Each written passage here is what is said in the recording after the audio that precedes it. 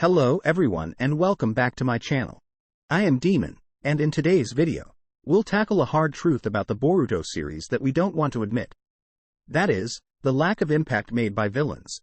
But before we start, remember I am a huge fan of the series, and this is simply an objective criticism of the series that we all love.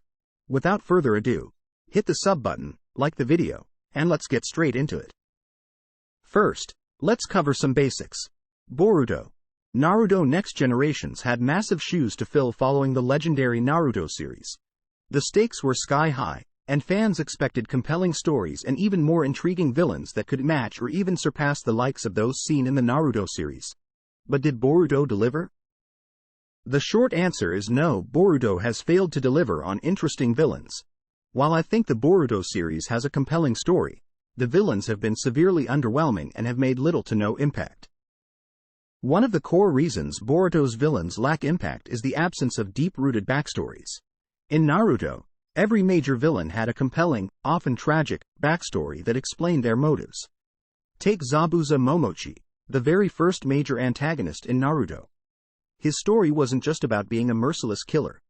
It was about a man who found redemption and humanity in his final moments through his bond with Haku. Then there's Orochimaru. Initially introduced as a power-hungry rogue ninja, Orochimaru's character arc extended across the series, evolving into a more complex figure who ultimately assists the protagonists in Boruto. His transformation from a sinister villain to a somewhat ambiguous ally shows depth and progression. Itachi Uchiha, another iconic character, was initially portrayed as a cold-hearted murderer who slaughtered his entire clan. However, as the series progressed, it was revealed that his actions were driven by a complex mix of duty, love, and sacrifice. Itachi's backstory and internal conflict made him one of the most beloved and tragic characters in the series. Pain, or Nagato, is another perfect example. His philosophy on pain and suffering was shaped by a life filled with loss and war. His actions, though extreme, stemmed from a desire to bring peace through understanding true pain. The Akatsuki members, each with their own tragic stories, added layers of complexity and empathy to their roles as antagonists. Obito Uchiha's journey from a hopeful young ninja to a bitter antagonist was a tragic tale of loss, manipulation, and redemption. His impact was profound, showing how a single event can drastically change a person's path. And who could forget Madara Uchiha? His presence alone was a game-changer.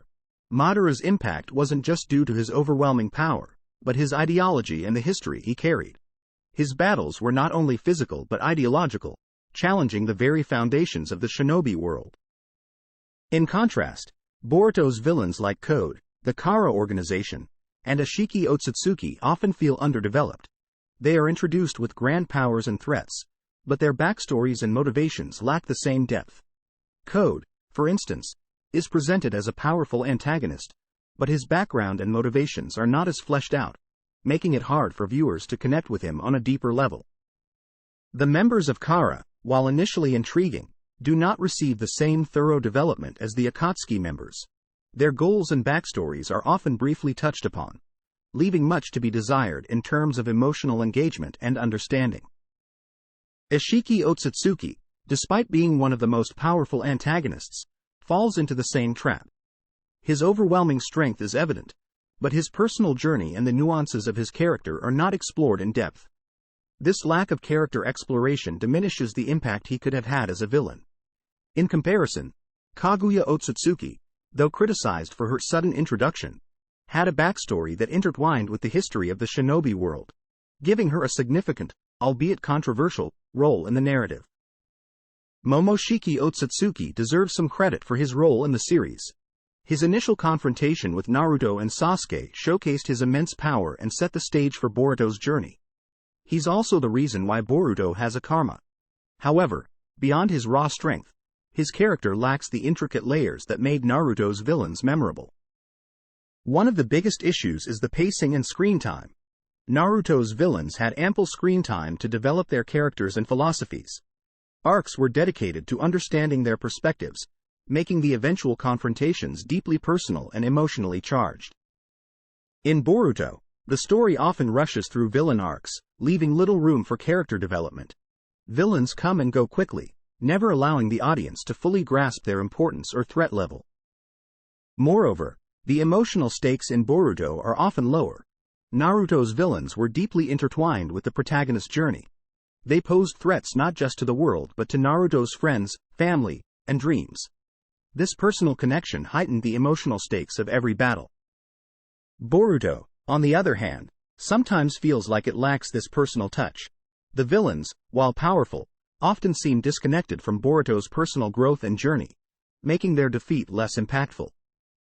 Finally, there's the shadow of legacy. Naruto's villains were the first of their kind, setting benchmarks for future antagonists. Boruto's villains, by comparison, are often judged against these legendary figures, like I just did, which makes it harder for them to stand out or feel original. In conclusion, the impact of a villain isn't just about their power level. It's about their story, their journey, and their connection to the heroes. Boruto has struggled to replicate this formula, often favoring spectacle over substance. But, who knows? The series is still ongoing, and there's always room for improvement. What do you guys think? Can Boruto ever create villains as impactful as Naruto's? Let me know in the comments below. And as always, don't forget to like, subscribe, and hit that notification bell for more deep dives into the world of Boruto. Until next time, the Demon of the Uchiha clan, signing off.